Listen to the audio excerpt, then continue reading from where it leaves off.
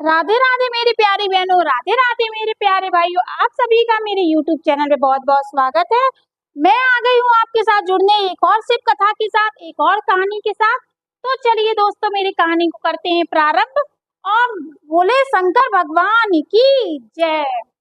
तो दोस्तों, बात एक समय की है। तब शिव और पार्वती का विवाह नहीं हुआ था और पार्वती जी शिव को पाने के लिए यत्न प्रयत्न कर रही थी। बात उस समय की है कि पार्वती माँ ने ठाना था कि हम शिव जी को पाकर रहेंगे, शिव जी को अपना पति बनाकर रहेंगे। तो ऐसे ही करते करते माँ पार्वती शिव जी के नाम की तपस्या करने लगी। वो जंगल में बैठ के सालों महीनों की तपस्या उन्होंने की। कुछ महीने हो गए तो शिव जी ने देखा कि ये किशोरी मेरी रोज पूजा करती है, मेरी रोज आराधना करती है, तो क्यों ना इसको इसको परखा जाए, इसको देखा जाए। क्योंकि हर पति की इच्छा होती है कि वो अपनी पत्नी, होने वाली पत्नी की मन की बात को जान सके, मन के उसके नेचर को जान सके। तो इसी प्रकार शिव जी के मन में भी यही इच्छा थी कि मैं भी तो देखूं इसके मन में कुछ है, मानव प्रजाति के लिए कोई ममता है कि नहीं। तो इसी प्रकार उन्होंने एक योजना बनाई और उन्होंने सप्त ऋषियों को माँ पार्वती के पास भेजा। तो माँ पार्वती अपनी पूजा में, अपने उस तपस्या में लीन थी। तो वो आकर जो सप्तऋषि पहुंचे उनके पास, तो वो सप्तऋषि बोले कि हे माते, सिर्फ मेरे साथ तुम विवाह कर लो, मेरे में ये खूबियां हैं। दूसरा बोला मेरे में ये। तो वो सप्तऋषि माँ पार्वती के सामने अपनी अपनी खूबियां बताने लगे, अपनी अपनी प्रशंसा करने लगे कि तुम मेरे साथ कर लो विवाह, तुम मेरे साथ कर लो विवाह। और शिव जी की उन्होंने बहुत सारी बुराइयां की, लेकिन फिर भी पार्वती जी नहीं मानी। वो उनके नाम की माला फेरती नहीं, उनके नाम का जप करती नहीं।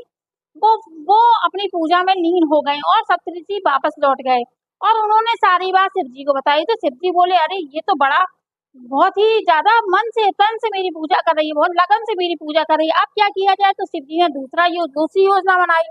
शिव जी एक मगरमच्छ और एक लड़के का रूप धारण करके एक तालाब के किनारे जमीन पृथ्वी पर चले गए। तो क्या हुआ कि माता रानी अपनी पूजा में लीन हो रही थी। तभी माता रानी को एक लड़के की आवाज सुनाई दी, रोने की, बचाओ बचाओ।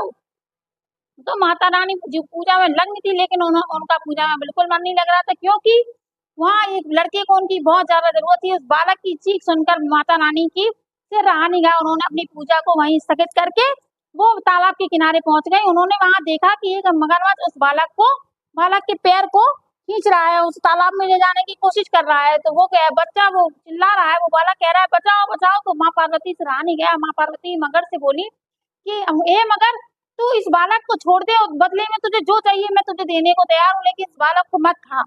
तो उस मगरमच्छ ने ये कहा कि नहीं माते, ये मैं नहीं कर सकता हूँ।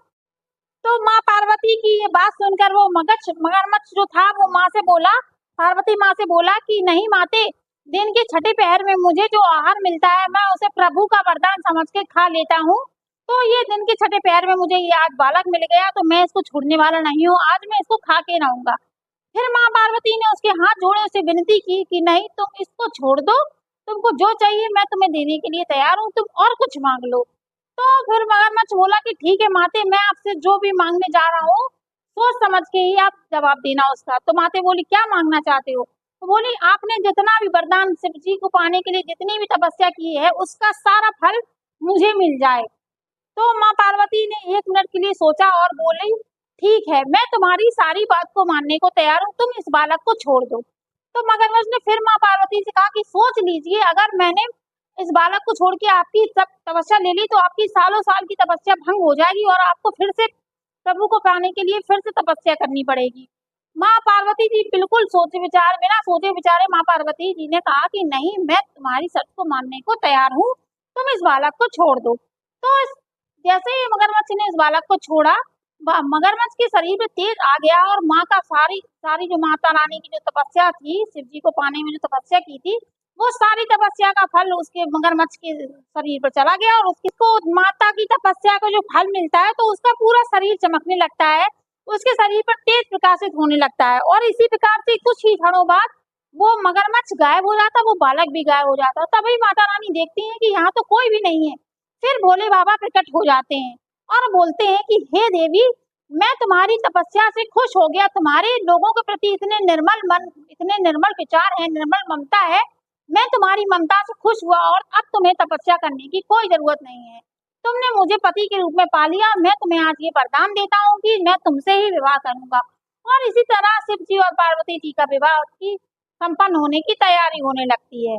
दोस्तों, इस कहानी से हमें यह शिक्षा मिलती है कि हमें प्रभु से ज्यादा, अगर उसी बीच किसी जरूरतमंद को हमारी जरूरत है तो हमें पूजा छोड़ कर उस जरूरतमंद की जरूर पूजा करनी चाहिए, जरूर उसकी सहायता करनी चाहिए। ये इसका फल पूजा से फल से भी ज्यादा बढ़ के होता है। कभी भी पूजा करते समय अगर किसी मददगार को आपकी जरूरत है, कोई पुकार रहा है मदद करने के लिए, तो पूजा छोड़ के हमें उसकी मदद करेंगे। अगर हम पूजा करके हम छोड़ के हम उसकी मदद करने जाएंगे तो हमें निश्चय ही उस पूजा का दुगना फल मिलेगा। तो मेरे प्यारे भाइयों, सावन मास में यदि हम शिव जी की कथा सुनते हैं तो हमारी सारी मनोकामनाएं पूरी होती हैं और हमारे मन के कष्ट भी दूर हो जाते हैं। शिव जी सब देखते हैं, सब समझते हैं कि कौन प्राणी उनको कितना याद करता है। तो इसी के साथ शिव पार्वती जी को प्रसन्न करने के लिए हम उनकी रोज कथा सुनेंगे। तो अपना समर्थन दीजिएगा, मेरे पेज को, मेरे YouTube का जो चैनल है उसको सब्सक्राइब करिएगा। और इसी के साथ मैं आप सभी को बोलती हूँ राधे राधे मेरी प्यारी बहनों, राधे राधे मेरे प्यारे भाई।